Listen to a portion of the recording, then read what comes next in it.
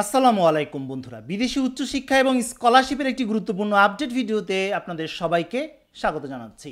বন্ধুরা, অনেক অপেক্ষার পর জাপানের মিক্সড স্কলারশিপের সার্কুলার প্রকাশ করা হয়েছে।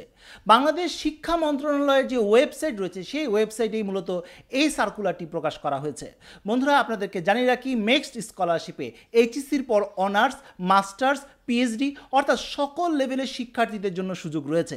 বাংলাদেশি হিসাবে অবশ্যই আপনি এখানে আবেদন করতে পারছেন এবং আজকে এই বিষয়টি নিয়ে খুঁটিনাটি আলোচনা করব। ভিডিওটি এমনভাবে আমি সাজিয়েছি যাতে করে বাসায় বসে নিজে কারো হেল্প ছাড়াই আপনি এই স্কলারশিপের জন্য আবেদন করতে পারেন। তাই ভিডিওটি শুরু থেকে শেষ পর্যন্ত দেখার অনুরোধ করছি। আপনি যদি আমার চ্যানেলে নতুন হয়ে থাকেন, অনুরোধ করছি সাবস্ক্রাইব করার। অলরেডি সাবস্ক্রাইব করে থাকলে থ্যাংক ইউ সো মাচ। চলুন শুরু করা যাক। জাপানের বেশ কিছু স্কলারশিপ রয়েছে। সে সকল স্কলারশিপের মধ্যে সবচেয়ে জনপ্রিয় স্কলারশিপ হচ্ছে মিক্সড স্কলারশিপ। প্রতি বছর বাংলাদেশ থেকে উল্লেখযোগ্য সংখ্যক শিক্ষার্থীরা এই স্কলারশিপটি পাচ্ছে এবং জাপানে তাদের উচ্চশিক্ষা গ্রহণ করছে। এবছর যে সার্কুলারটি প্রকাশ করা হয়েছে সেই সার্কুলারে কিন্তু বেশ কিছু পরিবর্তন আনা হয়েছে। তো এখন আমরা ধাপে ধাপে এই বিষয়টা নিয়ে আলোচনা করব। প্রথমে আমরা মিক্সড স্কলারশিপের ধরন আলোচনা করব। অনেকেই হয়তোবা মিক্সড স্কলারশিপ সম্পর্কে জানেন না। এই ভিডিওর মাধ্যমে হয়তোবা প্রথমবার জানতে পাচ্ছেন যে মিক্সড স্কলারশিপ জাপানের একটি স্কলারশিপ। বন্ধুরা, মিক্সড স্কলারশিপের দুটি ধরন রয়েছে বা দুটি দিক রয়েছে। একটি হচ্ছে এম্বাসির মাধ্যমে মিক্সড স্কলারশিপ পাওয়া, আরেকটি হচ্ছে ইউনিভার্সিটির মাধ্যমে মিক্সড স্কলারশিপ পাওয়া। এম্বাসির মাধ্যমে যে স্কলারশিপটি আসছে সেটি হচ্ছে এম্বাসি ট্র্যাক, আর যেটা ইউনিভার্সিটির মাধ্যমে স্কলারশিপটি পাওয়া যাচ্ছে সেটি হচ্ছে ইউনিভার্সিটি ট্র্যাক। দুটির মধ্যে বেশ কিছু মিল অমিল রয়েছে, তবে সবচেয়ে বড় অমিলের জায়গাটি হচ্ছে এম্বাসি ট্র্যাকের মধ্যে একটি বিজ্ঞপ্তি প্রকাশিত হবে, যেমনটা এখন বিজ্ঞপ্তি প্রকাশিত হয়েছে। বিজ্ঞপ্তি প্রকাশ হওয়ার পর সেই বিজ্ঞপ্তি অনুযায়ী আপনাকে আবেদন করার পর আপনার কাগজপত্র যাচাই বাছাই করে একটি শর্ট লিস্টেড ক্যান্ডিডেটের তালিকা তৈরি করা হবে এবং সেই অনুযায়ী আপনাকে এম্বাসিতে গিয়ে একটি পরীক্ষা দিতে হবে, ভাইবা দিতে হবে, তারপর আপনার সিলেকশন হবে। এই হচ্ছে প্রক্রিয়াটি, এটা হচ্ছে এম্বাসি ট্র্যাক। অন্যদিকে ইউনিভার্সিটি ট্র্যাক হচ্ছে আপনাকে ইউনিভার্সিটিতে যোগাযোগ করতে হবে, ইউনিভার্সিটির সাথে যোগাযোগ করে, প্রফেসরদের, টিচারদের সাথে যোগাযোগ করে স্কলারশিপের জন্য আবেদন করতে হবে। এখানে কিন্তু আপনাকে কোনো পরীক্ষা দিতে হবে না, তবে ভাইবা দিতে হবে বা ইন্টারভিউ দিতে হবে। দুটির মধ্যে এই পার্থক্যটি রয়েছে। আজকে আমরা মূলত এম্বাসি ট্র্যাক নিয়ে আলোচনা করব, যেটার বিজ্ঞপ্তি শিক্ষা মন্ত্রণালয়ের ওয়েবসাইটে প্রকাশ করা হয়েছে। চলুন বন্ধুরা, আমরা বিজ্ঞপ্তিটি এক নজর দেখে নিই। বন্ধুরা, আপনারা নিশ্চয়ই দেখতে পাচ্ছেন এটা হচ্ছে জাপানের গভর্নমেন্টের মিক্সড স্কলারশিপ ফর 2025 এর বিজ্ঞপ্তি, যা আমাদের শিক্ষা মন্ত্রণালয়ের ওয়েবসাইটে প্রকাশ করা হয়েছে। আপনারা নিশ্চয়ই দেখতে পাচ্ছেন এখানে মাস্টার্স এবং পিএইচডির জন্য স্কলারশিপটি অফার করা হচ্ছে। আন্ডার গ্র্যাজুয়েট অর্থাৎ এইচএসসির পরে যারা আবেদন করবেন তাদের জন্য কিন্তু সুযোগ রয়েছে। কলেজ অফ টেকনোলজি, এখানেও কিন্তু যারা এইচএসসি কমপ্লিট করেছেন তারা আবেদন করতে পারছেন। পাশাপাশি স্পেশালাইজড ট্রেনিং কলেজ প্রোগ্রামে অধ্যয়নের জন্য বাংলাদেশি নাগরিকদের জন্য আবেদন আহ্বান করা যাচ্ছে। অর্থাৎ বেশ কিছু লেভেলে কিন্তু শিক্ষার্থীদের নেওয়া হচ্ছে। এখন অনেকেই হয়তো বা প্রশ্ন আসতে পারে, ভাইয়া কতজন শিক্ষার্থী নেবে, অর্থাৎ আসন সংখ্যাটি কত বা কতটি স্কলারশিপ অফার করছে। আপনারা নিশ্চয়ই দেখতে পাচ্ছেন রিসার্চ, মাস্টার্স অ্যান্ড পিএইচডির পর্যায়ে 30 জন নেওয়া হবে, আন্ডার গ্র্যাজুয়েট প্রোগ্রামে নেওয়া হবে 25 জন, কলেজ অফ টেকনোলজিতে নেওয়া হবে 15 জন, স্পেশালাইজড ট্রেনিং কলেজে নেওয়া হবে 5 জন। প্রাথমিকভাবে বাছাই করা হবে। বন্ধুরা, এখানে একটি কথা জানিয়ে রাখি, যারা আন্ডার গ্র্যাজুয়েশন প্রোগ্রামে আবেদন করবেন অর্থাৎ এইচএসসির পরে অনার্সের জন্য আবেদন করবেন তাদের অবশ্যই এম্বাসি ট্র্যাকই আবেদন করতে হবে। তাদের কিন্তু ইউনিভার্সিটি ট্র্যাকে আবেদন করতে পারবেন না। তাদের এম্বাসি ট্র্যাকে আবেদন করেই পরবর্তীতে এম্বাসির মাধ্যমে স্কলারশিপটি পেতে হবে। আশা করি এতটুকু ক্লিয়ার। বন্ধুরা, এবার আসি বিষয় নিয়ে কথাবার্তা। এখানে science, arts, commerce, social science, medical related নানা সাবজেক্ট আপনি পেয়ে যাবেন। বন্ধুরা, চলুন কম্পিউটার স্ক্রিনে দেখে নিই এই সংক্রান্ত বিস্তারিত তথ্য। বন্ধুরা, আপনারা নিশ্চয়ই দেখতে পাচ্ছেন এটা হচ্ছে বিজ্ঞপ্তির একটি অংশ। এখানে বলা হয়েছে আন্ডার গ্র্যাজুয়েশন স্টুডেন্টদের জন্য এম্বাসি রেকমেন্ডেশন অর্থাৎ এম্বাসি ট্র্যাকের এটা সাবজেক্ট লিস্ট বা ফিল্ড অফ স্টাডিজের একটি তালিকা এখানে দেওয়া হয়েছে। কোর্সেস দেওয়া রয়েছে সোশ্যাল সায়েন্স অ্যান্ড হিউম্যানিটিস, এখানে বেশ কিছু সাবজেক্ট আপনারা দেখতে পাচ্ছেন, law, politics, sociology, literature, history, Japanese language সহ আরও বেশ কিছু এখানে কিন্তু সাবজেক্টের উল্লেখ রয়েছে। পাশাপাশি সোশ্যাল সায়েন্স অ্যান্ড হিউম্যানিটিসের জন্য আরও কিছু সাবজেক্ট রয়েছে, যেমন ইকোনমিক্স, বিজনেস অ্যাডমিনিস্ট্রেশন এবং অন্যান্য সাবজেক্ট। এছাড়া ন্যাচারাল সায়েন্সেসের মধ্যে বেশ কিছু সাবজেক্ট রয়েছে, ম্যাথমেটিক্স, ফিজিক্স, কেমিস্ট্রি। এছাড়া রয়েছে ইলেকট্রিক অ্যান্ড ইলেকট্রনিক ইঞ্জিনিয়ারিং রয়েছে সাবজেক্ট, রয়েছে মেকানিক্যাল স্টাডিজ, কেমিক্যাল স্টাডিজ, রয়েছে অন্যান্য ফিল্ড যেমন মেরিটাইম ইঞ্জিনিয়ারিং, বায়োটেকনোলজি সাবজেক্ট রয়েছে। ন্যাচারাল সায়েন্সের মধ্যে রয়েছে এগ্রিকালচার স্টাডিজের মধ্যে আরও কয়েকটি সাবজেক্ট রয়েছে, ফরেস্ট্রির মতো সাবজেক্ট রয়েছে, এনিম্যাল সায়েন্স রয়েছে এবং এছাড়া ন্যাচারাল সায়েন্সের মধ্যে মেডিসিন এবং ডেন্টিস্ট্রিও কিন্তু রয়েছে, অর্থাৎ ডেন্টাল সাবজেক্টটাও কিন্তু এখানে আপনারা পেয়ে যাচ্ছেন। সব সাবজেক্ট কিন্তু এখানে অফার করা হচ্ছে। বন্ধুরা, সাবজেক্ট সংক্রান্ত আরো বিস্তারিত জানার জন্য আমি বিস্তারিত লিঙ্কগুলো আমি কমেন্টে পিন করে দেব, সেখান থেকে আপনারা চাইলে দেখে নিতে পারবেন। বন্ধুরা, এই ছিল সাবজেক্ট নিয়ে কথাবার্তা। এবার আসি সুযোগ সুবিধা। যে কোনো স্কলারশিপের ক্ষেত্রে সুযোগ সুবিধা জানাটা খুবই জরুরি, কারণ সুযোগ সুবিধা জানা থাকলে হয়তো এই স্কলারশিপের ব্যাপারে আপনি আরও বেশি আগ্রহী হবেন। বন্ধুরা, এটা একটি ফুল ফান্ডেড স্কলারশিপ, আর ফুল ফান্ডেড স্কলারশিপ মানেই হচ্ছে বেশ কয়েকটি সুযোগ সুবিধা থাকবে। প্রথম সুবিধাটা হচ্ছে কোনো ধরনের টিউশন ফি আপনাকে দিতে হচ্ছে না, বিনামূল্যে আপনি পড়াশোনা করতে পারছেন, এটা হচ্ছে প্রথম সুবিধা। দ্বিতীয় সুবিধা, এবং এটা সবচেয়ে লুক্রেটিভ সুবিধা, সেটি হচ্ছে প্রতি মাসে একটি হ্যান্ডসাম অ্যামাউন্টের একটি মান্থলি স্টাইপেন্ডও আপনাকে দেওয়া হবে। আপনি যদি কলেজ অফ টেকনোলজি বা স্পেশালাইজড ট্রেনিং বা আন্ডারগ্রেড অর্থাৎ এইচএসসির পর অনার্সের জন্য আবেদন করেন, তাহলে বাংলাদেশি টাকায় আনুমানিক ৮১,০০০ বা ৮২,০০০ টাকা করে প্রতি মাসে আপনাকে স্টাইপেন্ড দেওয়া হবে। আপনি যদি মাস্টার্সের শিক্ষার্থী হয়ে থাকেন, তাহলে আপনাকে প্রায় ১,০২,০০০ বা ১,০৩,০০০ এই সমপরিমাণ টাকার স্টাইপেন্ড আপনাকে দেওয়া হবে। পিএইচডির ক্ষেত্রে এই সংখ্যাটি আরও বেশি, প্রায় ১,১৫,০০০ টাকার কাছাকাছি। এছাড়াও আরও বেশ কিছু সুবিধা রয়েছে অ্যাকোমোডেশনের সুবিধা, অর্থাৎ থাকা নিয়ে আপনাকে চিন্তা করতে হবে না। যে বিশ্ববিদ্যালয়ে আপনাকে অ্যাডমিশন দেওয়া হবে, যে বিশ্ববিদ্যালয়ে আপনি পড়াশোনা করবেন, সেখানে আপনি অ্যাকোমোডেশন বা ডরমেটরি আপনি পেয়ে যাচ্ছেন। এর পরের সুবিধাটি আরও বেশি লুক্রেটিভ সুবিধা, সেটি হচ্ছে যাওয়ার জন্য এবং আসার জন্য আপনাকে এয়ার টিকিটও কিন্তু দেওয়া হচ্ছে, অর্থাৎ যাওয়া আসা নিয়ে খরচ নিয়ে আপনাকে টেনশনই করতে হবে না। এছাড়া অন্যান্য একাডেমিক সুযোগ সুবিধা রয়েছে, ইন্স্যুরেন্সের খরচাও আপনাকে বেয়ার করতে হবে না। এবং সর্বোপরি দুটি সুবিধার কথা বলবো, একটি হচ্ছে কোনো ধরনের অ্যাপ্লিকেশন ফি নেই, বিনামূল্যে আপনি আবেদন করতে পারছেন, এবং কোনো ধরনের ব্যাংক ব্যালেন্সও প্রয়োজন হচ্ছে না। অর্থাৎ লেখাপড়া করার জন্য আপনার যা যা দরকার সব কিছু কিন্তু এই স্কলারশিপে প্রোভাইড করা হচ্ছে। এখন প্রশ্ন আসতে পারে, ভাইয়া এত সব সুবিধার কথা বললেন, অসুবিধা নেই? নিশ্চয়ই সুবিধার পাশাপাশি কিছু অসুবিধাও তো থাকে। আমি প্রতিটি ভিডিওতে অসুবিধার ব্যাপারটা নিয়েও আলোচনা করি, কারণ অসুবিধা জানাটা খুব জরুরি। কারণ অসুবিধা জানা থাকলে আপনি কম্পেয়ার করতে পারবেন যে এই স্কলারশিপটিতে আপনার আবেদন করা উচিত নাকি উচিত না। প্রথম অসুবিধা, আপনাকে জাপানিজ ল্যাঙ্গুয়েজ কোর্স করতে হবে, এবং এটা অনেকের জন্যই চ্যালেঞ্জিং। একটি নতুন ভাষা শেখা এবং শিখে সেই ভাষাটা অ্যাপ্লাই করা, পড়াশোনা করা, এটা অনেকের জন্যই একটি চ্যালেঞ্জের জায়গা।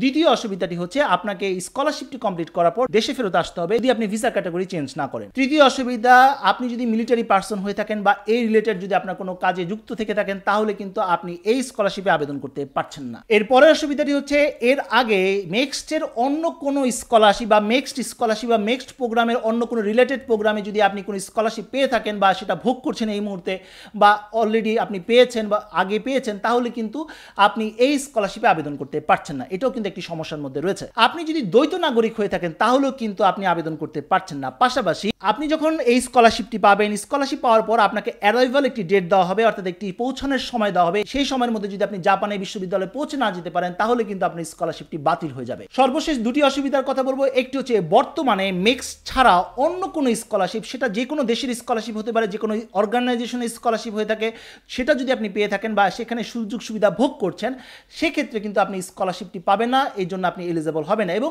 সর্বোপরি আপনি যদি বর্তমানে জাপানে কোনো বিশ্ববিদ্যালয়ে এনরোল অবস্থায় রয়েছেন বা এনরোল করবেন, সেক্ষেত্রেও কিন্তু আপনি এই স্কলারশিপে আবেদন করতে পারছেন না। এই ছিল সুযোগ সুবিধা এবং অসুবিধা। আশা করি এখন নিশ্চয়ই আপনি কম্পেয়ার করতে পারছেন যে এই স্কলারশিপে আপনার আবেদন করা উচিত নাকি উচিত না। সর্বশেষ একটি তথ্য জানিয়ে দিতে চাই, অনেকেই স্পাউস নিয়ে প্রশ্ন করেন যে ভাইয়া আমার স্পাউস আছে বা ডিপেন্ডেন্ট আছে, সেক্ষেত্রে আমি যদি স্কলারশিপটি পাই, তাহলে কি আমার স্পাউস বা ডিপেন্ডেন্টকে আমি নিয়ে যেতে পারবো কিনা? হ্যাঁ, প্রথমে আপনাকে যেতে হবে, তারপর আপনার স্পাউস এবং ডিপেন্ডেন্ট যদি থেকে থাকে তাদেরকেও আপনি নিয়ে যেতে পারবেন, তবে তাদের যে খরচাগুলো আছে সেগুলো আপনাকেই বিয়ার করতে হবে। বন্ধুরা, এবার আসি এলিজিবিলিটি, অর্থাৎ আবেদন করার ন্যূনতম যোগ্যতা। প্রথম যোগ্যতা, অবশ্যই আপনাকে বাংলাদেশি নাগরিক হতে হবে। বাংলাদেশি নাগরিক হলেই আপনি খুব সহজে এই স্কলারশিপের জন্য আবেদন করতে পারছেন। দ্বিতীয় যে রিকোয়ারমেন্ট বা দ্বিতীয় এলিজিবিলিটি, সেটি হচ্ছে একাডেমিক কিছু রিকোয়ারমেন্ট রয়েছে বা এলিজিবিলিটি বলতে পারেন। সেটি হচ্ছে আপনি যদি আন্ডারগ্রেড বা কলেজ অফ টেকনোলজি বা স্পেশালাইজড ট্রেনিং প্রোগ্রামে আবেদন করে থাকেন বা আবেদন করতে চাচ্ছেন, সেক্ষেত্রে অবশ্যই আপনাকে এইচএসসি পর্যন্ত কমপ্লিট থাকতে হবে। এবং এখানে কিন্তু একটি জিপিএর ব্যাপারও রয়েছে। চলুন বন্ধুরা, আমরা এই জিপিএর ব্যাপারটা বিস্তারিত জেনে নিই। বন্ধুরা, আপনারা নিশ্চয়ই দেখতে পাচ্ছেন, এটা হচ্ছে এম্বাসি অফ জাপান ইন বাংলাদেশের মেইন ওয়েবসাইটের লিঙ্ক অ্যাড্রেস আমি কমেন্টে দিয়ে দিব, সেখান থেকে আপনারা আরও ডিটেলস জেনে নিতে পারবেন। এটার দিকে নিচের দিকে আমরা যদি আসি, এখানে কিন্তু রিসার্চের জন্য যে ফিল্ড অফ স্টাডিগুলো রয়েছে সেগুলো কিন্তু দেওয়া রয়েছে, এবং স্কলারশিপটা কত বছরের জন্য কত মাসের জন্য সেটা কিন্তু এখানে উল্লেখ করা রয়েছে। পাশাপাশি এখানে আন্ডার গ্র্যাজুয়েশন প্রোগ্রাম বা আন্ডারগ্রেড প্রোগ্রামে কিন্তু আপনারা দেখতে পাচ্ছেন একাডেমিক কোয়ালিফিকেশন। এখানে বলা হয়েছে হিউম্যানিটিস অ্যান্ড সোশ্যাল সায়েন্স, অর্থাৎ মানবিক শাখা থেকে যে সকল শিক্ষার্থী আবেদন করবেন তাদের জিপিএ 4.50 পেতে হবে ন্যূনতম। পাশাপাশি এসএসসি এবং এইচএসসিতে আপনাকে ইংলিশ এবং ম্যাথমেটিক্সে A+ পেতে হবে, এটা কিন্তু উল্লেখ করা রয়েছে। আপনি যদি সায়েন্সের শিক্ষার্থী হয়ে থাকেন এবং ইঞ্জিনিয়ারিং এবং মেডিকেল সাবজেক্টে আপনার চয়েস হয়ে থাকে, সেক্ষেত্রে অবশ্যই আপনাকে এসএসসি এবং এইচএসসিতে আলাদা করে GPA 5 পেতে হবে এবং এছাড়া আপনাকে ইংলিশ, ম্যাথমেটিক্স, ফিজিক্স, কেমিস্ট্রিতেও আলাদাভাবে A+ পেতে হবে। আপনারা নিশ্চয়ই স্ক্রিনে দেখতে পাচ্ছেন। কলেজ অফ টেকনোলজির যে রিকোয়ারমেন্ট সেটাও দেখে নিই। আপনারা দেখতে পাচ্ছেন এটা হচ্ছে কলেজ অফ টেকনোলজি। এখানে যদি আমরা আসি, এখানেও কিন্তু সেই রিকোয়ারমেন্টটা, অর্থাৎ আপনাকে এসএসসি এবং এইচএসসিতে GPA 5 পেতে হবে এবং ইংলিশ, ম্যাথমেটিক্স এবং ফিজিক্সে কিন্তু আপনাকে আলাদা করে A+ পেতে হবে। তবে বন্ধুরা, ব্যতিক্রম শুধু স্পেশালাইজড ট্রেনিং কলেজে, এখানে কিন্তু জিপিএর ব্যাপারে কোনো রিকোয়ারমেন্ট উল্লেখ করা নেই ওয়েবসাইটে। এখন অনেকেই হয়তো বলতে পারেন, ভাইয়া মাস্টার্স এবং পিএইচডির ক্ষেত্রে কি রিকোয়ারমেন্ট রয়েছে, অর্থাৎ একাডেমিক রিকোয়ারমেন্ট কি রয়েছে। বন্ধুরা, আপনারা দেখতে পাচ্ছেন রিসার্চ অর্থাৎ মাস্টার্স এবং পিএইচডির ক্ষেত্রে দেখতে পাচ্ছেন যে আপনার বিগত রেজাল্ট 60% অর্থাৎ 4-এর মধ্যে ন্যূনতম 3.5 হতে হবে, তাহলে আপনি নেক্সট স্কলারশিপে আবেদন করতে পারছেন। আশা করি জিপিএ গত রিকোয়ারমেন্ট বা একাডেমিক রিকোয়ারমেন্টটা আপনার কাছে ক্লিয়ার হয়ে গেছে। বন্ধুরা, এরপরে যে গুরুত্বপূর্ণ রিকোয়ারমেন্ট সেটি হচ্ছে এজ রিকোয়ারমেন্ট, অর্থাৎ আপনাকে বয়সগত একটি রিকোয়ারমেন্ট ফুলফিল করতে হবে। নিশ্চয়ই দেখতে পাচ্ছেন এটা হচ্ছে আমাদের মিনিস্ট্রির যে বিজ্ঞপ্তিটি, এখানে কিন্তু এজ সংক্রান্ত একটি তথ্য রয়েছে। সেটি হচ্ছে রিসার্চে অর্থাৎ মাস্টার্স এবং পিএইচডি প্রোগ্রামের ক্ষেত্রে আপনার age must have been born on or after April 2, 1990, অর্থাৎ 1990 সালের 2 এপ্রিলের অথবা এরপরে আপনার জন্ম তারিখ হতে হবে, তাহলে আপনি মাস্টার্স এবং পিএইচডি প্রোগ্রামে আবেদন করতে পারছেন। এছাড়া আপনার আন্ডার গ্র্যাজুয়েশনে যারা আবেদন করবেন তাদের এজ কিন্তু আপনারা দেখতে পাচ্ছেন যে 2000 সালের 2 এপ্রিল বা এর পরে আপনার জন্ম তারিখ হতে হবে, তাহলেই কিন্তু আপনি আবেদন করতে পারছেন। এছাড়া কলেজ অফ টেকনোলজিতেও ঠিক একই রিকোয়ারমেন্ট এবং স্পেশালাইজড ট্রেনিং কলেজেও ঠিক এইজগত একই রিকোয়ারমেন্ট রয়েছে। তার মানে হচ্ছে আপনার বয়স 17 থেকে 25-এর মধ্যে হতে হবে। বন্ধুরা, এই ছিল আবেদন করার ন্যূনতম যোগ্যতা। এবার আসি আবেদন। এই অংশটি সবচেয়ে বেশি গুরুত্বপূর্ণ, খুব মনোযোগ দিয়ে বোঝার চেষ্টা করবেন। বন্ধুরা, নেক্সট স্কলারশিপে আবেদন করার দুটি ধাপ রয়েছে এবং দুটি ধাপ আমি খুঁটিনাটি আলোচনা করছি। প্রথম ধাপটি হচ্ছে আপনাকে বাংলাদেশ মিনিস্ট্রি অফ এডুকেশনের একটি বিশেষ ওয়েবসাইটে আবেদন করতে হবে, যা কিছুক্ষণ পরে আমি দেখিয়ে দিচ্ছি। আবেদনটি কমপ্লিট হওয়ার পর এখান থেকে যখন আপনি সিলেক্টেড হবেন, অর্থাৎ মিনিস্ট্রি থেকে যখন আপনি সিলেক্টেড হবেন এবং শর্ট লিস্টের মধ্যে আপনার নাম আসবে, এরপরে আসবে সেকেন্ড স্টেপ। অর্থাৎ সেকেন্ড স্টেপ তাদের জন্যই প্রযোজ্য যারা ফার্স্ট স্টেপে সিলেক্টেড হবে। সেকেন্ড স্টেপে মূলত জাপান এম্বাসিতে গিয়ে রিটেন এক্সাম দিতে হবে এবং আপনাকে ভাইবাও দিতে হবে। এই বিষয়টি নিয়ে ধাপে ধাপে আমি আলোচনা করছি। প্রথমে আমরা আলোচনা করি মিনিস্ট্রি অফ এডুকেশন অর্থাৎ বাংলাদেশের শিক্ষা মন্ত্রণালয়ে কিভাবে আবেদন করতে হবে। বন্ধুরা, বাংলাদেশের শিক্ষা মন্ত্রণালয়ের একটি বিশেষ ওয়েবসাইটে আমাদেরকে আবেদন করতে হবে। চলুন বন্ধুরা, আমরা ফর্মটি দেখি, তারপর বিশ্লেষণ করি। বন্ধুরা, আপনারা নিশ্চয়ই দেখতে পাচ্ছেন এটাই সেই ফর্মটি। এই ফর্মের লিঙ্ক অ্যাড্রেস আমি কমেন্টে পিন করে দিব। এখানে আসার পর আপনারা দেখতে পাচ্ছেন লেখা হয়েছে application form for Japanese government next scholarship 2025। এখানে আসার পর প্রথমে আপনাকে প্রোগ্রাম সিলেক্ট করতে হবে। আপনি কি আন্ডার গ্র্যাজুয়েশনে আবেদন করছেন, না college of technology, research, masters, research, PhD, নাকি স্পেশালাইজড ট্রেনিং কলেজ স্টুডেন্টের জন্য আবেদন করতে চাচ্ছেন, এটা আপনাকে সিলেক্ট করতে হবে। এরপর আপনাকে স্টাডি অর্থাৎ কোন স্টাডিতে আপনি আবেদন করছেন, সোশ্যাল সায়েন্সে নাকি ন্যাচারাল সায়েন্সে আপনি আবেদন করছেন। এরপর আপনাকে 3টা চয়েস দিতে হবে, অর্থাৎ কোন সাবজেক্টগুলোতে আপনি আবেদন করতে চাচ্ছেন। সাবজেক্ট নিয়ে ইতিমধ্যে আলোচনা করেছি, অর্থাৎ কী কী সাবজেক্ট রয়েছে আপনাদেরকে দেখিয়ে দিয়েছি। সেই অনুযায়ী আপনি 3টি চয়েস দিবেন, first choice, second choice, third choice. 3টি চয়েস আপনাকে অবশ্যই দিতে হবে। তারপর আপনার নাম দিতে হবে, অবশ্যই আপনার পাসপোর্ট অনুযায়ী অথবা এনআইডি অনুযায়ী বা বার্থ রেজিস্ট্রেশন অনুযায়ী আপনাকে দিতে হবে বা আপনার সার্টিফিকেট অনুযায়ী। Father's name, mother's name, gender select করে দিতে হবে, ডেট অফ বার্থ দিতে হবে, ন্যাশনালিটি দিয়ে দেবেন, প্রেজেন্ট অ্যাড্রেস এবং পার্মানেন্ট অ্যাড্রেস যেভাবে আপনার পাসপোর্টে রয়েছে বা আপনার আইডেন্টিফিকেশন ডকুমেন্টস রয়েছে সেভাবে আপনি দিয়ে দেবেন। এরপর ইমেল অ্যাড্রেস এবং মোবাইল নাম্বার, অবশ্যই আপনার মোবাইল নাম্বার দেবেন, কান্ট্রি কোড সহ। এরপর ল্যাঙ্গুয়েজ একটি অপশন রয়েছে, আপনারা কিন্তু দেখতে পাচ্ছেন IELTS টোফেল আপনার রয়েছে কিনা, এখান থেকে আপনাকে সিলেক্ট করে দিতে হবে। যদি না থাকে সেটা আপনি এটার পূরণ করবেন না। আপনার জাপানিজ ল্যাঙ্গুয়েজের উপর প্রফিসিয়েন্সি রয়েছে কিনা, গুড, ফেয়ার, ফ্লুয়েন্ট, এটা আপনাকে দিতে হবে। জাপানিজ কোনো সার্টিফিকেট রয়েছে কিনা সেটা আপনার ইয়েস নো দিতে হবে।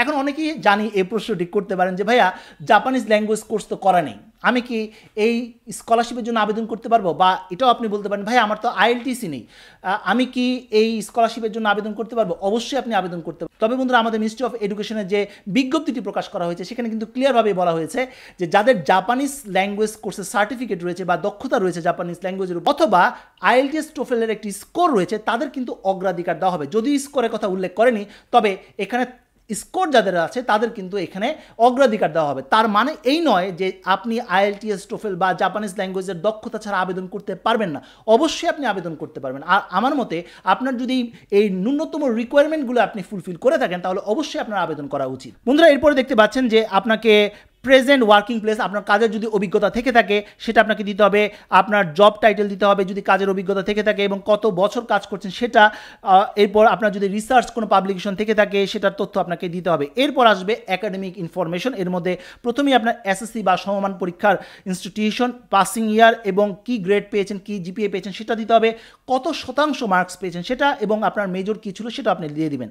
এখন অনেকেই হয়তো বলতে পারেন যে ভাইয়া আমি বুঝবো কীভাবে আমি কত শতাংশ মার্কস পেয়েছি, এটা কিন্তু এই ফর্মের মধ্যে উল্লেখ করা রয়েছে। তাদের জিপিএ 4-এর মধ্যে মার্কস ডিস্ট্রিবিউশন হয়। আপনারা জানেন যে অনার্স এবং মাস্টার্সের ক্ষেত্রে মূলত ম্যাক্সিমাম ক্ষেত্রে জিপিএ 4-এর মধ্যে জিপিএটা নির্ধারণ করা হয়। তাদের ক্ষেত্রে হচ্ছে আপনি যে জিপিএটা পেয়েছেন সেটাকে 20 দিয়ে গুণ করতে হবে, তাহলেই শতাংশটি বের হয়ে যাবে। আর আমরা জানি যে এসএসসি এবং এইচএসসিতে জিপিএ 5কে এটা সর্বোচ্চ জিপিএ ধরা হয়, সেক্ষেত্রে 16 দিয়ে গুণ করে যে সংখ্যাটি পাবেন সেটাই আপনার শতাংশ, সেটা আপনি লিখে দিবেন। আশা করি এটা ক্লিয়ার হয়েছে। এরপর আপনাকে একটি ছবি আপলোড করতে হবে এবং সেটা সাবমিট করতে হবে। সাবমিট করার সাথে সাথে আপনাকে একটি পিডিএফ দিবে এবং সেই পিডিএফটা অবশ্যই আপনি সংরক্ষণ করবেন এবং এটা প্রিন্ট আউট করতে হবে। পাশাপাশি এই অ্যাপ্লিকেশনটি সাবমিট করার সাথে সাথে আপনাকে একটি ট্র্যাকিং নাম্বারও দেওয়া হবে এবং এই ট্র্যাকিং নাম্বার দিয়ে কিন্তু আপনাকে লগ ইন করতে হবে, পরবর্তীতে স্ট্যাটাস বা অন্যান্য কাজ করতে হবে। তাই ট্র্যাকিং নাম্বারটি কোনোভাবে ভুল করা যাবে না, অবশ্যই কোনো জায়গায় লিখে রাখবেন, স্ক্রিনশট নিয়ে রাখবেন, কোনো সমস্যা নেই। এবং এই ফর্মের কাজটি আপনি কিন্তু মোবাইলেও করতে পারবেন, এর জন্য কম্পিউটার লাগবে এমন কোনো কথা নেই। আশা করি এতটুকুন ক্লিয়ার হয়েছে। এখন অনেকের হয়তো প্রশ্নের জায়গা হতে পারে যে ভাইয়া এটা তো আমরা আবেদনটা দেখলাম, কত তারিখ পর্যন্ত আবেদন করা যাবে? আবেদন কি শুরু হয়ে গেছে? হ্যাঁ, আবেদন শুরু হয়ে গেছে। এই আবেদনটি চলবে আগামী 5 মে পর্যন্ত, তার মানে খুব বেশি সময় কিন্তু হাতে নেই। 5 মে বিকেল 3:30 পর্যন্ত অনলাইনে আপনারা আবেদন করতে পারবেন। আবেদন করার পর আপনার যে ডকুমেন্টসগুলো রয়েছে সকল ডকুমেন্টস এবং এই যে ফর্মটি যেটা দেখালাম এই সব সমেত একটি খামে করে আপনাকে মিনিস্ট্রিতে জমা দিতে হবে এবং জমা দিতে হবে 6 মে বিকেল 3:30-এর মধ্যে আপনাকে জমা দিতে হবে। আশা করি এতটুকুন ক্লিয়ার। এখন অনেকেই হয়তো বলতে পারেন যে ভাইয়া আমি এটা কিভাবে সাজাবো? প্রথমত হচ্ছে আপনাকে এই ফর্মটি, অর্থাৎ যে ফর্মটি আমরা এতক্ষণ আলোচনা করলাম সেই ফর্মটি ডাউনলোড করে প্রিন্ট আউট করতে হবে। প্রিন্ট আউট করার পর এর সাথে বেশ কিছু ডকুমেন্টস আপনাকে অ্যাড করতে হবে, যা কিছুক্ষণ পরে আমি আলোচনা করছি। ডকুমেন্টসগুলো সব কিছু নিয়ে আপনাকে একটি A4 সাইজের খামে, আপনারা নিশ্চয়ই স্ক্রিনে দেখতে পাচ্ছেন, এরকম একটি খামে করে আপনার সকল ডকুমেন্টস দিয়ে রাখবেন। এরপর খামের উপর আপনাকে 3টি জিনিস লিখতে হবে। একটি হচ্ছে ট্র্যাকিং নাম্বার, যে ট্র্যাকিং নাম্বারটা অলরেডি আপনি পেয়েছেন সেটা, কোন প্রোগ্রামের জন্য আবেদন করছেন, আন্ডার গ্র্যাজুয়েশন, মাস্টার্স না কোন প্রোগ্রামে, সেটা আপনাকে লিখতে হবে। পাশাপাশি আপনাকে এখানে ঠিকানা দিতে হবে, প্রাপক এবং প্রেরকের ঠিকানা। প্রেরক হচ্ছে আপনার ঠিকানা, আপনার নাম, ফোন নাম্বার, যে অ্যাড্রেসটা রয়েছে সেটা আপনি দিয়ে দিবেন, এবং প্রাপক হচ্ছে আপনার স্ক্রিনে দেখতে পাচ্ছেন এই ঠিকানা আপনাকে দিতে হবে। এই ঠিকানাটি দেওয়ার পর আপনার এই খামটি আপনি সঙ্গে করে নিয়ে সচিবালয়ে রয়েছে, সেই সচিবালয়ের যে অভ্যর্থনা গেট, অর্থাৎ 2 নম্বর যে অভ্যর্থনা গেট রয়েছে সেখানে প্রবেশ করে আপনারা দেখতে পারবেন 9 নম্বর একটি কাউন্টার রয়েছে, সেখানে একটি বক্স রাখা রয়েছে এবং সেই বক্সে লেখা রয়েছে নেক্সট স্কলারশিপ, এবং সেখানে কিন্তু আপনার এই ডকুমেন্টসটা সাবমিট করতে হবে। অন্য কোথাও সাবমিট করলে কিন্তু চলবে না, এখানেই আপনাকে সাবমিট করতে হবে। আশা করি এতটুকুন ক্লিয়ার। অনেকেই হয়তো বলতে পারেন যে ভাইয়া আমি কি নিজেই এটা জমা দিতে হবে, আমার হয়ে অন্য কেউ কি জমা দিতে পারবে কিনা? অবশ্যই আপনার হয়ে অন্য কেউ জমা দিতে পারবে, এতে কোনো সমস্যা নেই। তবে এই বাক্সের মধ্যেই কিন্তু জমা দিতে হবে, অন্য জায়গায় জমা দিলে হবে না। এবারে আমরা ডকুমেন্টস নিয়ে কথাবার্তা বলি। বন্ধুরা, এখানে বেশ কয়েকটা ডকুমেন্টসের প্রয়োজন হয়। প্রথম যে ডকুমেন্টসটি প্রয়োজন হবে সেটি হচ্ছে আবেদন ফর্ম, যেটা নিয়ে আমরা আলোচনা করলাম। সেটা ফর্মটা অবশ্যই প্রিন্ট আউট করে নেবেন। এই ফর্মের সাথে আপনার একাডেমিক ডকুমেন্টস, অর্থাৎ আপনার যতগুলো একাডেমিক ডকুমেন্টস রয়েছে, আপনি যদি এইচএসসি পর্যন্ত কমপ্লিট করে থাকেন তাহলে এইচএসসি পর্যন্ত আপনার যত একাডেমিক ডকুমেন্টস রয়েছে, সার্টিফিকেট, নম্বরপত্র, প্রশংসাপত্র যা আপনার কাছে আছে সেটাই আপনি দিয়ে দিবেন। পাশাপাশি আপনি যদি অনার্সের শিক্ষার্থী হয়ে থাকেন, অর্থাৎ অনার্স পাস করেছেন এবং মাস্টার্সের জন্য আবেদন করতে যাচ্ছেন, অনার্স পর্যন্ত যত কাগজপত্র রয়েছে সব কিছু আপনাকে দিতে হবে। তবে বন্ধুরা মেইন কপি দিতে হবে না, ফটোকপি কিন্তু দিতে হবে, এটাও কিন্তু জানিয়ে দিচ্ছি। এর সাথে আপনার প্রয়োজন হবে পাসপোর্ট অথবা এনআইডি, যে কোনো একটি আপনি সাবমিট করতে পারবেন, তবে এখানে পাসপোর্টটাই দরকার হবে। এখন প্রশ্ন করতে পারেন ভাইয়া পাসপোর্টটা কেন দরকার হবে? কারণ বিজ্ঞপ্তিতে বলা হয়েছে এনআইডি দেওয়া যাবে, এনআইডি দিয়ে কি আবেদন করা যাবে না? যাওয়া যাবে, কিন্তু কাগজের বেলায় অবশ্যই আপনাকে পাসপোর্টটাই সাবমিট করতে হবে। প্রশ্ন হতে পারে কেন ভাই এই কথা বলছেন? কারণ হচ্ছে এখানে একটি ডকুমেন্টস আপনাকে সাবমিট করতে হবে, পুলিশ ক্লিয়ারেন্স। আর বন্ধুরা আপনাদেরকে জানিয়ে রাখি, আপনার পাসপোর্ট ছাড়া পুলিশ ক্লিয়ারেন্সে আবেদন করা যাবে না। অর্থাৎ পুলিশ ক্লিয়ারেন্সে আবেদন করার জন্য আপনাকে পাসপোর্টটাই দরকার হবে। তাই টেকনিক্যালি এখানে কিন্তু আপনাকে পাসপোর্টটাই প্রয়োজন হচ্ছে। আশা করি ক্লিয়ার। এখন অনেকেই প্রশ্ন করতে পারেন যে ভাইয়া পুলিশ ক্লিয়ারেন্সের জন্য তো বেশ কিছু সময়ের প্রয়োজন, একটা পুলিশ ক্লিয়ারেন্সে আবেদন করার জন্য 7 দিন 8 দিন বা কোনো ক্ষেত্রে 20-22 দিন সময় লাগে। সেক্ষেত্রে আমি এই মুহূর্তে কিভাবে পুলিশ ক্লিয়ারেন্স সাবমিট করব, এর সমাধানটাও কিন্তু আমাদের শিক্ষা মন্ত্রণালয় দিয়ে দিয়েছে। শিক্ষা মন্ত্রণালয় বলেছে এই মুহূর্তে আপনার পুলিশ ক্লিয়ারেন্স সার্টিফিকেটটা সাবমিট করতে হবে না, তবে অনলাইনে আপনাকে পুলিশ ক্লিয়ারেন্সের জন্য আবেদন করতে হবে। আবেদন করার পর যে ফর্মটি আপনাকে দেওয়া হবে সেই ফর্মটি বা স্লিপটি আপনাকে এই অ্যাপ্লিকেশনের সাথে সাবমিট করে দিতে হবে, এবং যখন আপনি চান্স পাবেন, ফাইনালি চান্স পাবেন, তখন মূল সার্টিফিকেটের সাথে মূল পুলিশ ক্লিয়ারেন্স সার্টিফিকেটটাও আপনাকে সাবমিট করতে হবে। আশা করি এতটুকুন ক্লিয়ার। এর পাশাপাশি আপনার যদি IELTS, টোফেল বা জাপানিজ ল্যাঙ্গুয়েজের উপর কোনো সার্টিফিকেট থেকে থাকে সেটাও আপনি এটার সাথে যুক্ত করে দেবেন। এছাড়া আপনি যদি ফর্মে ওয়ার্ক এক্সপিরিয়েন্সের কথা উল্লেখ করেন, পাবলিকেশনের কথা উল্লেখ করেন, তাহলে এই রিলেটেড ডকুমেন্টসও আপনাকে সাবমিট করতে হবে। পাশাপাশি অতিরিক্ত হিসাবে এক্সট্রা কারিকুলার অ্যাক্টিভিটিস বা আপনার যদি কোনো অ্যাচিভমেন্ট থেকে থাকে সেটার তথ্য আপনি দিয়ে দিন, তাহলে কিন্তু অন্য শিক্ষার্থীদের তুলনায় আপনি অনেকাংশে এগিয়ে যাবেন। এখন প্রশ্ন আসতে পারে ভাইয়া এই কাগজপত্রগুলো কি অ্যাটাস্টেড করতে হবে? হ্যাঁ, এখানে যে কাগজপত্রের কথা বললাম অর্থাৎ ফর্ম ছাড়া আপনার একাডেমিক ডকুমেন্ট যত কাগজপত্র আপনি সাবমিট করছেন, ফর্ম ছাড়া যতগুলো কাগজপত্র, এমনকি পুলিশ ক্লিয়ারেন্সের যে স্লিপ কপিটা আপনি সাবমিট করছেন সেটাকেও আপনাকে অ্যাটাস্টেড করে অর্থাৎ সত্যায়িত করে এই খামের মধ্যে জমা দিতে হবে। প্রশ্ন আসতে পারে যে ভাইয়া আমি সত্যায়িত কাকে দিয়ে করাবো? প্রথম শ্রেণীর যে কোনো কর্মকর্তা থেকে আপনি এই সত্যায়িতের কাজটি করে নিতে পারেন। বিশেষ কোনো কর্মকর্তা হতে পারে, বা হতে পারে আপনার কলেজের প্রিন্সিপাল হতে পারে কোনো সরকারি ডাক্তার, হতে পারে কোনো BCS কর্মকর্তা, যার মোট কথা প্রথম শ্রেণীর কোনো গ্যাজেটেড কর্মকর্তার মাধ্যমে আপনি এই কাগজটি সত্যায়িত করিয়ে নিতে পারেন, এতে কোনো সমস্যা নেই। আশা করি ক্লিয়ার। সত্যায়িত করেই কিন্তু আপনাকে এই খামে করে জমা দিতে হবে। বন্ধুরা, ডকুমেন্টস তো সাবমিট হয়ে গেল। সাবমিট হওয়ার পর আপনার কাগজপত্র মিনিস্ট্রি খুব ভালোভাবে যাচাই বাছাই করার পর যে সংখ্যাটি আমি প্রথমে উল্লেখ করেছিলাম অর্থাৎ যতগুলো শিক্ষার্থীকে তারা সিলেক্ট করবে সেই পরিমাণ শিক্ষার্থীদের জন্য তারা একটি মেরিট লিস্ট প্রকাশ করবে মিনিস্ট্রির ওয়েবসাইটে, এবং সেই মেরিট লিস্টে যাদের নাম থাকবে তারাই দ্বিতীয় ধাপে যাবে। চলুন বন্ধুরা, আমরা দ্বিতীয় ধাপ সম্পর্কে বিস্তারিত জেনে নিই। দ্বিতীয় ধাপে যারা সিলেক্টেড হবে তাদেরকে এম্বাসিতে অর্থাৎ জাপানিজ যে এম্বাসি রয়েছে সেই এম্বাসিতে গিয়ে প্রথমে রিটেন পরীক্ষা, তারপর ভাইভা পরীক্ষা দিতে হবে। এখন অনেকেই হয়তো প্রশ্ন করতে পারেন যে ভাইয়া এই পরীক্ষাটিতে কি প্রশ্ন আসবে বা কেমন প্রশ্ন আসবে আমরা তো জানি না। চলুন বন্ধুরা কম্পিউটার স্ক্রিনে দেখে নিই বিস্তারিত। বন্ধুরা, আপনারা স্ক্রিনে দেখতে পাচ্ছেন হচ্ছে যে এম্বাসি অফ জাপান ইন বাংলাদেশের ওয়েবসাইট। এখানে আসার পর আমরা যদি নিচের দিকে স্ক্রল করি আপনারা দেখতে পাচ্ছেন রিসার্চের অধীনে PhD অথবা মাস্টার্সের জন্য কিন্তু এখানে বলা হয়েছে রিটেন এক্সামে আসবে English or Japanese, you can refer to the past exam. আপনি যদি বিগত বছরের প্রশ্ন দেখতে চান তাহলে এখানে ক্লিক করতে হবে। আমি ক্লিক করলাম। ক্লিক করার সাথে সাথে এই উইন্ডোটি এসে পড়বে। আপনারা দেখতে পাচ্ছেন এখানে বিগত বছরের অর্থাৎ 2019, 18, 17, 16, 15, 14 সালের প্রশ্ন কিন্তু স্যাম্পল কোশ্চেন কিন্তু এখানে দেখা রয়েছে, এবং research studies, under graduation studies এবং কলেজ অফ টেকনোলজি স্টাডিজ এবং স্পেশালাইজড ট্রেনিং স্টাডিজ অর্থাৎ যতগুলো প্রোগ্রাম রয়েছে সব প্রোগ্রামের প্রশ্ন, বিগত বছরের প্রশ্ন কিন্তু এখানে দেওয়া রয়েছে। আমরা যদি নিচের দিকে স্ক্রল করি আন্ডার গ্র্যাজুয়েশন প্রোগ্রামে আপনারা দেখতে পাচ্ছেন এখানে যারা হিউম্যানিটিস এবং কমার্স গ্রুপের শিক্ষার্থী তাদের ইংলিশ, ম্যাথমেটিক্স এবং জাপানিজ ভাষার উপর প্রশ্ন আসবে। যারা সায়েন্স গ্রুপে ইঞ্জিনিয়ারিং যারা চয়েস রয়েছে তাদের ম্যাথ, কেমিস্ট্রি, ফিজিক্স, জাপানিজ, ইংলিশের উপর প্রশ্ন আসবে। সায়েন্স গ্রুপ যারা মেডিকেল সায়েন্স সিলেক্ট করবে তাদের ইংলিশ, ম্যাথ, কেমিস্ট্রি, বায়োলজি এবং জাপানিজ ল্যাঙ্গুয়েজের উপর প্রশ্ন আসবে।